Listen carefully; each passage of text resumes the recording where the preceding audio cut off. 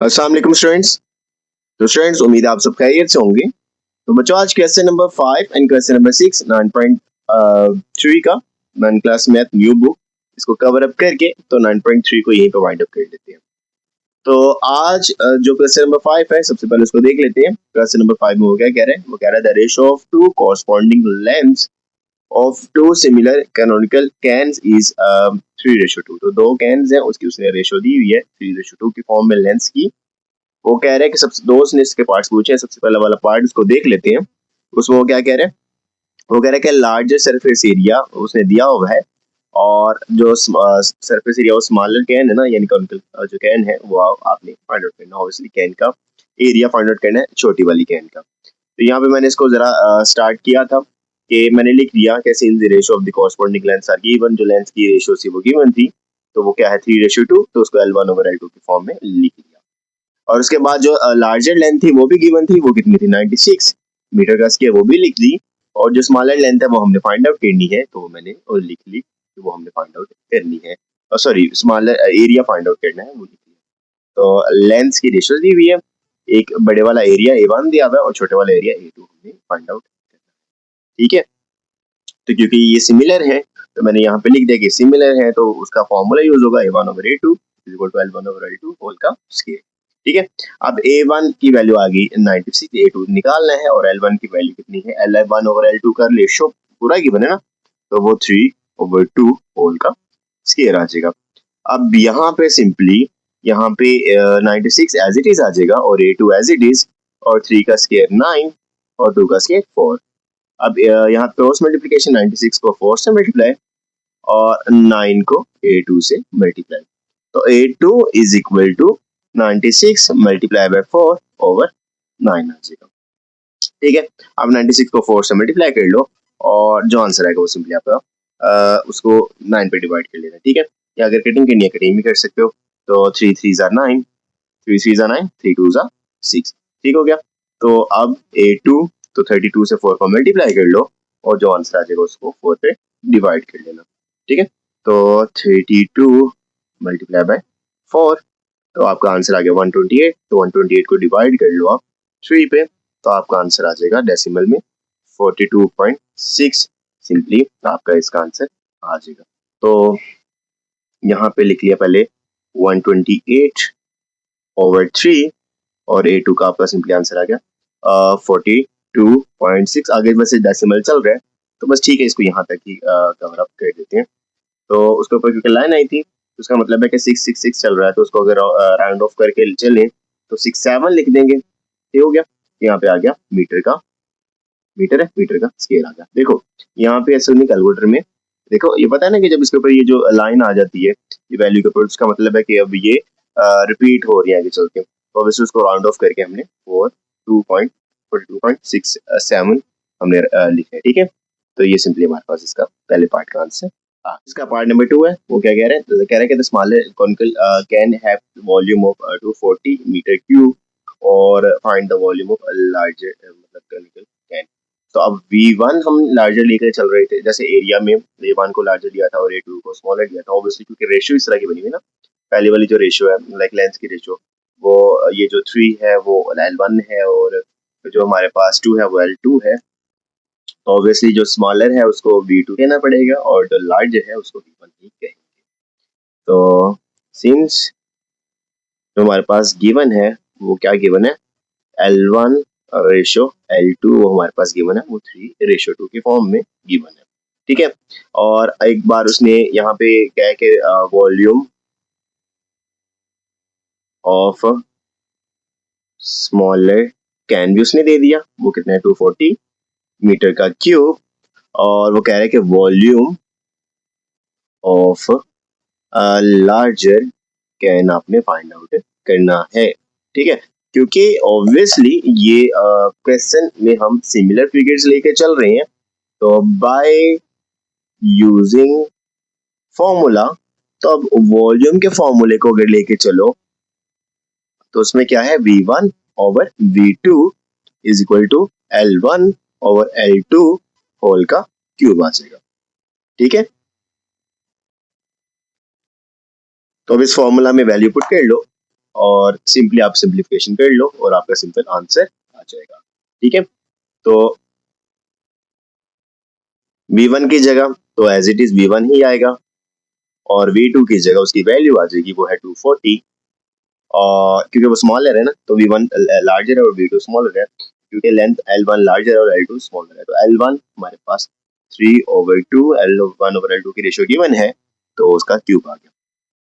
तो V1 as it is over 240 और 3 का क्यूब 3 3 9, 9 3 27 और 2 का क्यूब कितना आ गया, ये आ गया 27 और ये आ गया 2 2 4 4 2 8 आ गया। ठीक हो गया, तो सिंपली आपने V1 निकालना है, तो 27 ओवर 8 मल्टीप्लाई बाय 240 आपके पास आ जाएगा। ठीक हो गया, तो अगर आप वैसे मल्टीप्लाई करना चाहो तो मल्टीप्लाई करके भी इसको सिंप्लीफाई हो सकता है, जैसे 2 4 8, 2 1 2, 2 2 4 0, 4 1 4, 4 3 12 0 और V1 एज इट इज 0 ये आ गया, 3 7 21 1 कैरी 2 और 3 2 6 और 7 और 8, तो 8 8 1 0 हमारे पास मीटर क्यूब में इसका भी आंसर आ जाएगा। ठीक है, तो सिंपली अगर आप कैलकुलेटर से भी करना चाहो कैलकुलेटर से भी कर सकते हो, लेकिन आप इस रेटिंग वाले मेथड से करना चाहो तो आप इससे भी कर सकते हो। ठीक है, अब इसका क्वेश्चन नंबर 6 का पार्ट नंबर 1 और पार्ट नंबर 2 देख लो। जो क्वेश्चन नंबर 6 है, तो सेम जैसे क्वेश्चन नंबर 5 है, इस तरह ही मिलती जुलती चीजें हैं, सिर्फ वैल्यूज का डिफरेंस है और पहले में भी वही एरिया और दूसरे में वही वॉल्यूम्स।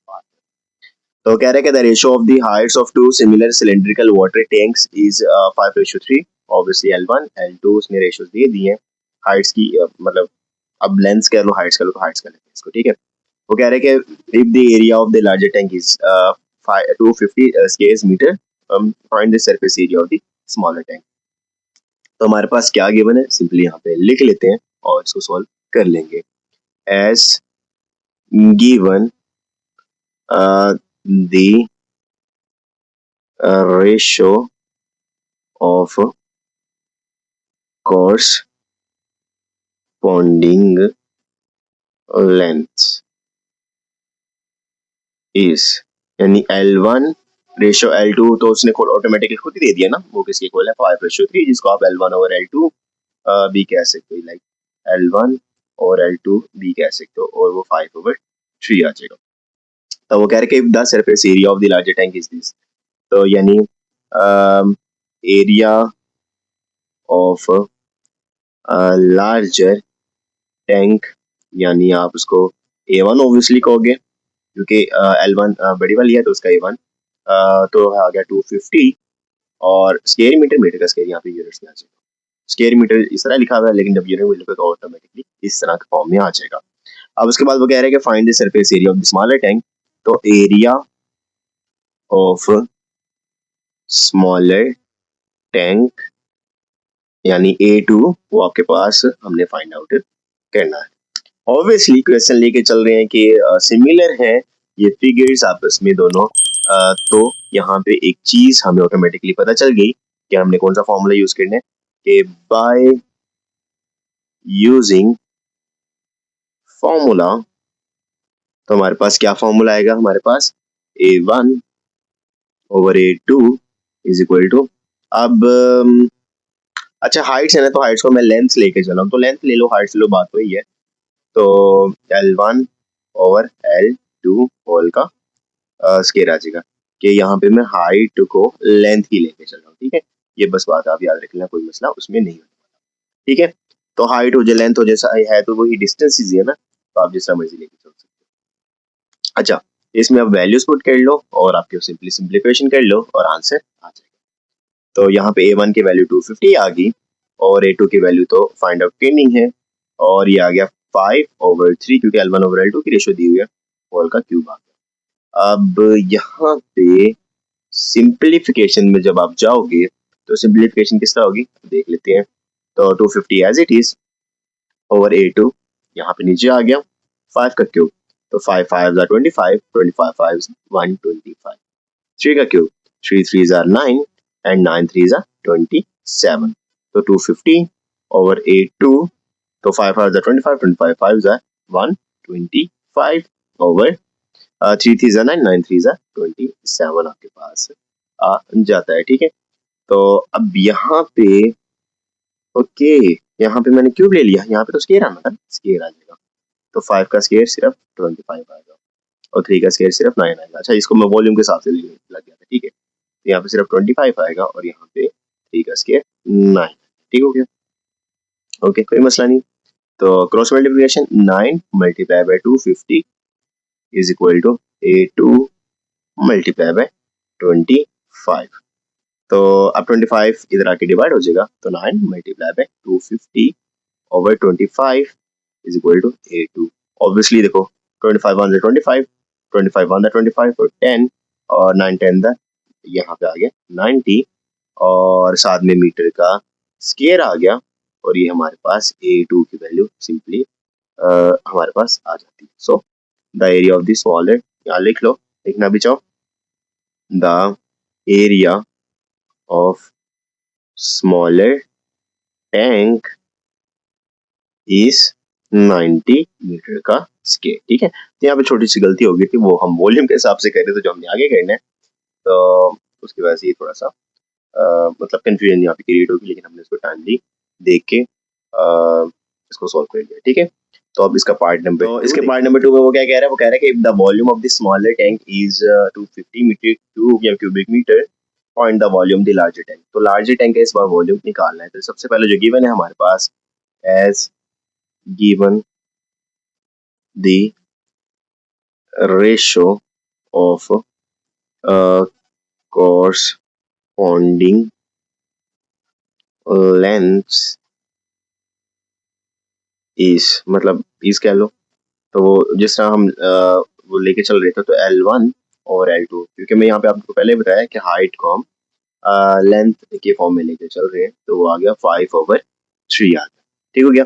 अब वो कह रहे हैं कि वॉल्यूम ऑफ स्मॉलर टैंक उसने दी दिया, तो वॉल्यूम ऑफ स्मॉलर टैंक, जिसको आप V1 तो नहीं कहोगे क्योंकि V1 बड़े वाला मतलब लेंथ क्योंकि बड़े वाली है, तो उसके लिए वॉल्यूम भी बड़े वाला होगा, तो ऑटोमेटिकली स्मॉलर ये V2 है और वो कितना आ गया 270 मीटर का क्यूब आ गया।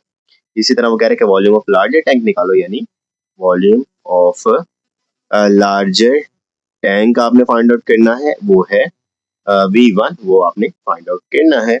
और सबसे पहली बात, क्योंकि क्वेश्चन में गिवन है कि ये आपस में सिमिलर है, तो हम यूज कर सकते हैं फॉर्मूला। तो बाय यूजिंग फॉर्मूला, तो फॉर्मूला हम यहाँ पे क्या यूज करेंगे कि V1 over V2 is equal to L1 over L2 और होल का क्यूब। इस बार क्यूब यूज होगा, पिछली बार वो स्केयर यूज हुआ था। ठीक है, तो अब यहाँ पे देख लेते हैं।